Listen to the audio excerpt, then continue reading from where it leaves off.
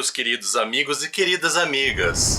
Em primeiro lugar, quero lhes dizer o seguinte: fiquem tranquilos, pois essa resenha será sem spoiler. Agora, tendo dito isso, posso prosseguir falando a respeito do livro de hoje. Hoje, eu falarei a respeito de Pinóquio. Quem nunca ouviu falar de Pinóquio? O incrível boneco de madeira que apronta inúmeras travessuras. Um boneco cuja história foi popularizada pela Disney.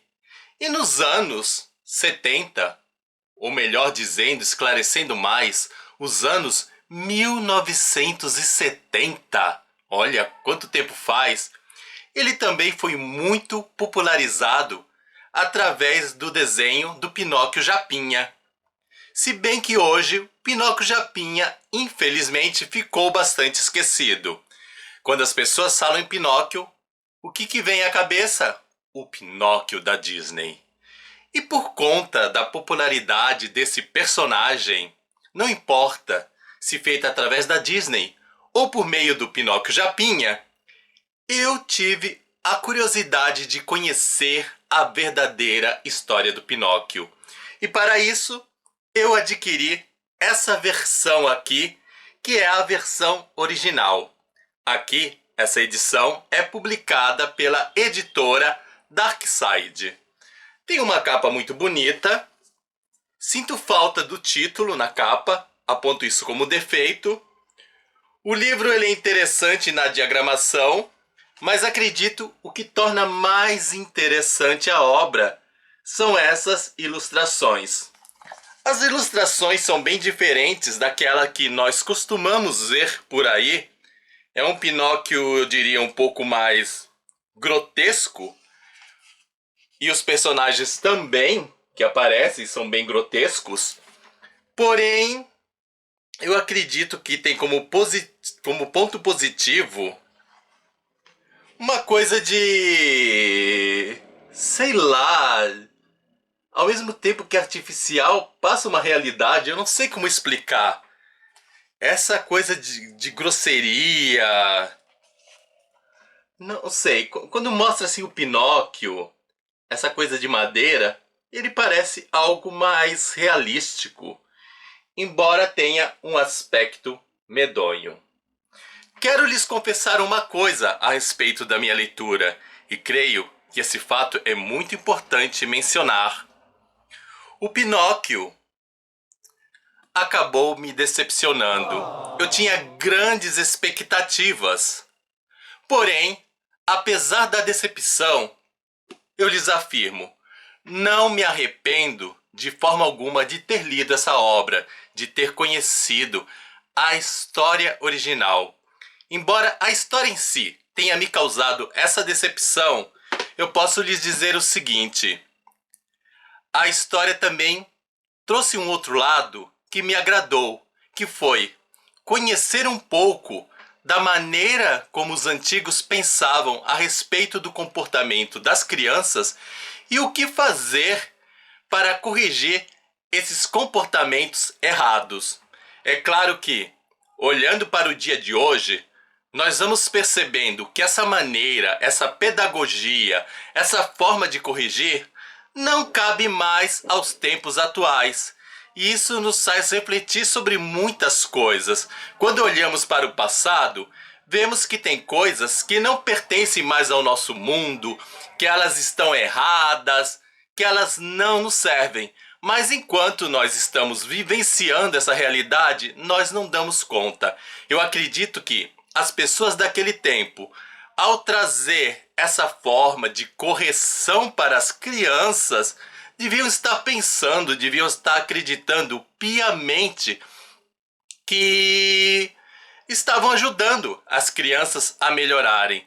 Hoje, nós que estamos nos anos 2000, olhamos muito para os anos 80/90 e aí vem um grande choque. A gente olha lá o grupo do El Chan dançando em programas de criança, apresentadoras infantis com roupas inadequadas, mas nós que vivemos naquela época achávamos tudo tão normal, tudo tão perfeito. Hoje a gente olha Meu Deus, como é que a gente viu essas coisas e simplesmente aceitamos? E isso é muito importante a gente se dar conta, porque estamos vivendo nos anos 2000, 2023 estamos agora, prestes a chegar no ano 2024. Será que não tem coisas da nossa realidade que nós estamos aceitando como algo normal, mas que daqui a alguns anos as pessoas vão estar olhando? Como é que esse pessoal de 2023, 2024 e até um pouquinho antes, vamos pegar um período de 2015 a 2024, como é que essas pessoas faziam essas coisas e achavam perfeitamente normal? Mas acontece que dentro da nossa vivência nós somos tão presentes numa determinada realidade que achamos essas coisas dentro de um padrão de normalidade incrível. Então, nesse sentido, o Pinóquio, apesar de achar que é uma história que não funciona nos tempos de hoje, ele me fez ver que as pessoas do passado que utilizaram essa forma de contar histórias, elas também tinham coisas que elas acreditavam que seriam perfeitas para as crianças, mas hoje a gente entende, não serve mais. Então é muito importante, diante dos contextos históricos, não olharmos apenas para nós mesmos, mas entender que as pessoas, em cada período, elas têm uma maneira de lidar com as suas questões. E eu gostei muito dessa reflexão. Mas, agora, tendo dado essa introdução assim, vamos falar por que o Pinóquio ele não cabe mais no mundo de hoje. A primeira coisa eu vou lhes dizer o seguinte, é uma pequena observação. Se eu falasse o final do Pinóquio, não seria nenhum spoiler. Até quando eu estava pensando em fazer essa resenha, estava me programando, confabulando aqui na minha mente. Como é que eu vou contar? Eu pretendia falar a respeito do final da história, pois afinal de contas, esse final ele é tão popular, ele é tão conhecido, que há poucas pessoas que não o conheçam. Né? A maioria das pessoas conhece o final do Pinóquio, mas nessa semana, para minha surpresa, ao estar conversando com jovens, alguns nem sabiam quem era o Pinóquio. E os que sabiam não tinham noção como era o final da história do Pinóquio. Isso porque a dona Netflix apresenta aí uma versão do Pinóquio que eles mudaram totalmente o fim da história. É um fim que não tem nada a ver com o original e também com as adaptações mais populares que eu mencionei, a Disney e o Pinóquio Japinha. E aí eu posso dizer, olha, o Pinóquio Japinha e o Pinóquio da Disney têm aspectos bem diferentes do livro aqui original, mas pelo menos no final eles respeitaram. Mas essa versão da Netflix, nada, mas nada a ver. Agora sim, vamos voltar ao livro. Aqui nós vamos ter a história de um homem, o Gepeto, e o Gepeto vai na casa de um amigo pegar um pedaço de madeira para criar uma marionete. E aí esses dois homens começam a brigar. Nós vamos vendo um Gepeto meio ignorante e esse amigo ignorante. Só nesse início nós já vemos assim que esse conteúdo de brigas de homens ignorantes, brigando assim, se debatendo e batendo, não seria muito adequado ao público infantil. As grosserias são imensas e isso não é nem apresentado nas versões ali lá dos anos 60, que é o Disney, dos anos 70, que é o Japinha, e as versões posteriores. Não apresenta. A gente sempre vê o Gepeto como um homem doce. E esse outro homem que aparece no início dessa história nem existe nas adaptações. Mas enfim, nós vamos vendo um Gepeto meio ignorante, mas também que tem um aspecto de bondade. Até que isso não é tão negativo, pois nós vemos um ser humano até meio que realista, mas eu acho que o realismo foi muito para um lado negativo e não serve de grandes exemplos para crianças. Esse é o problema.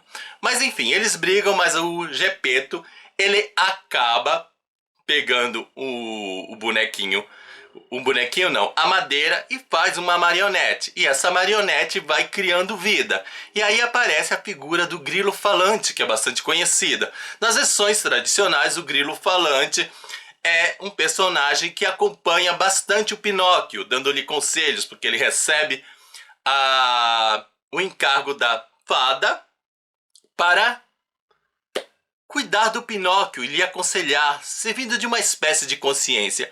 Aqui o grilo falante simplesmente já é morto no início e meio que desaparece na história. No decorrer da trama ele vai aparecendo algumas vezes, mas ele não tem essa função tão marcante como nós vemos nas adaptações tradicionais por aí.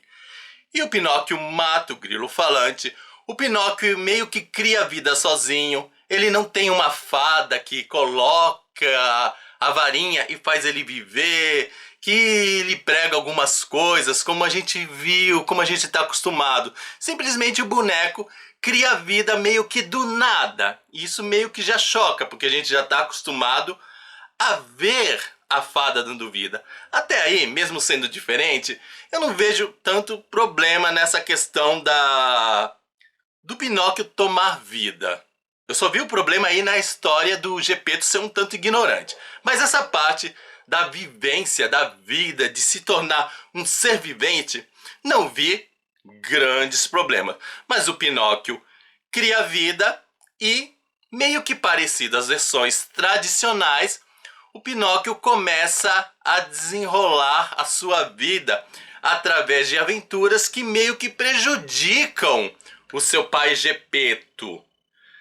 Mas é aí que está um problema. Nesse desenrolar, diferente das versões tradicionais, que são mais atraentes para crianças, mais adaptadas ao mundo infantil, aqui as aventuras do Pinóquio, elas acabam tendo um caráter meio que pesado, meio bizarro, meio assustador. O Pinóquio entra em contato com um gato e uma raposa que aprontam muito. E também surgem assassinatos. Imagina isso num livro para criança. Pessoas sendo mortas. E quando as pessoas não aparecem sendo mortas, essas pessoas estão sendo reveladas como já falecidas. Isso é muito assustador. Eu acho que isso é muito impróprio para criança. E eu posso lhes dizer, isso não é spoiler. A fada. Quem é a fada? É uma menina morta. Ela se apresenta como uma menina morta dentro de um casarão. A princípio nem se sabe que é uma fada. Vemos que tem uma menina morta dentro de um casarão, de uma mansão, de um lugar luxuoso. Uma menina que está esperando seu caixão para poder sair de lá. De repente essa menina se revela como a fada e ela assume características de mãe para o Pinóquio. E depois disso, nós vamos ter outras revelações a respeito dessa fada que eu não posso lhes dizer. E que meio que contradiz alguns aspectos apresentados. E nesse sentido eu já posso apontar como um fato negativo que essa história, eu não sei, o Carlo Collodi, o autor original, ele parece que não observou muito a questão da continuidade, porque ele diz uma coisa no capítulo e de repente ele desmente em outro e a gente fica meio confuso. É como que se ele tivesse escrito, porque me disseram que ele publicou isso não como livro em primeiro lugar, mas em espécies de jornais ou revistas da época, eu não sei ao certo. Mas essa história era revelada e as pessoas iam tendo reações, e nessas reações ele meio que mudava aquilo que ele tinha proposto. Tanto é que o final da história do Pinóquio era um, e como a população se revoltou com esse final, ele deu seu jeitinho e mudou o final, deu assim uma arrumadinha assim, meio por debaixo dos panos, e o Pinóquio foi seguindo outro sentido. Mas de qualquer forma, o Pinóquio não seguiu um sentido assim que hoje eu acho que seria legal para as crianças. Algo bastante negativo que eu vejo, aí para mim é o maior defeito dessa versão original, e por isso que ela não cabe nos dias de hoje, é que os capítulos nos parecem serem feitos para crianças, mas no sentido de um moralismo muito, mas muito grande. Eu sei que hoje nós temos a questão assim, não se pode mais bater em crianças, que era algo próprio dos tempos antigos. Eu sou da geração que papai e mamãe batia nos filhos e ninguém via isso como errado. Não podia espancar, Mas dar umas palmadinhas era algo que era bem visto. Nesse livro nós não temos a questão das palmadinhas, não aparece esse tipo de violência, o pai batendo nos filhos. Porém, tem algo assim que me incomodou bastante, que era esses capítulos com esse moralismo. É tipo, menino, até que as correções eu posso dizer que eram corretas, mas era algo assim, menino, se você não estudar, você vai ter um castigo assim, vai virar burro. Menino, se você não fizer isso, você vai morrer. Sabe? Era coisa tudo assim, de vez de trabalhar a conscientização da criança, explicar que aquele comportamento era errado, tudo vinha em formato de ameaça. Os capítulos têm bem esse tom. Isso acontece com as crianças que fazem esse tipo de coisa. E eu penso, uma criança que lê um negócio desse, uma criança pequena que não tem a sua mente bem estruturada, ela traumatiza. Porque até eu que sou um adulto fiquei meio traumatizado. Ó, se não fizer isso, sabe? Eu meio que entrei numa síndrome de Pinóquio. Se eu não for um bom menino, isso vai fazer com que eu me dê muito mal, que eu me eslasque.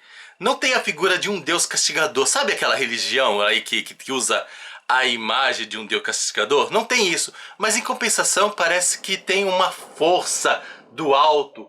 Algo assim que não é mencionado, que se você fizer isso errado, você vai ser castigado.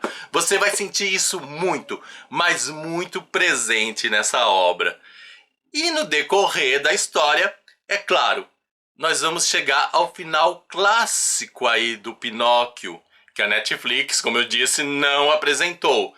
E o final é legal. Poderia lhes dizer tranquilamente esse final, mas respeitando talvez essa nova geração que não conheça esse final do Pinóquio, eu não vou dizer o final, mas o final até que é legal. O final eu poderia dizer que até passa uma boa mensagem. Mas se não fosse os problemas já ditos,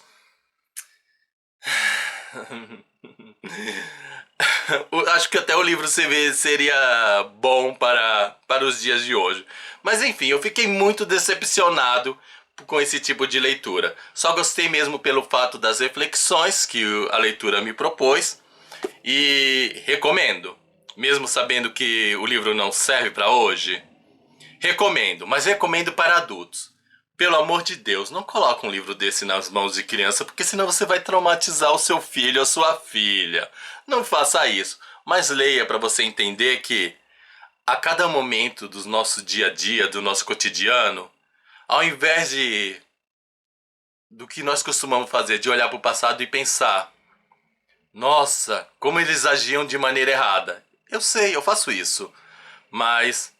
E eu acho que isso também é importante, posso lhes dizer, né? Você olhar o passado, eles erraram.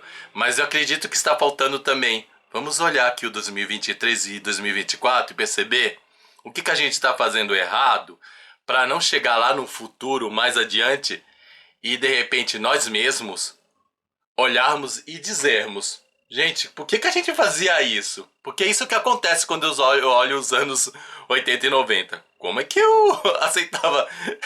esse tipo de programa? Banheira do Gugu, Carla Perez dançando, ela faz a cobra subir. Isso em programa infantil, gente.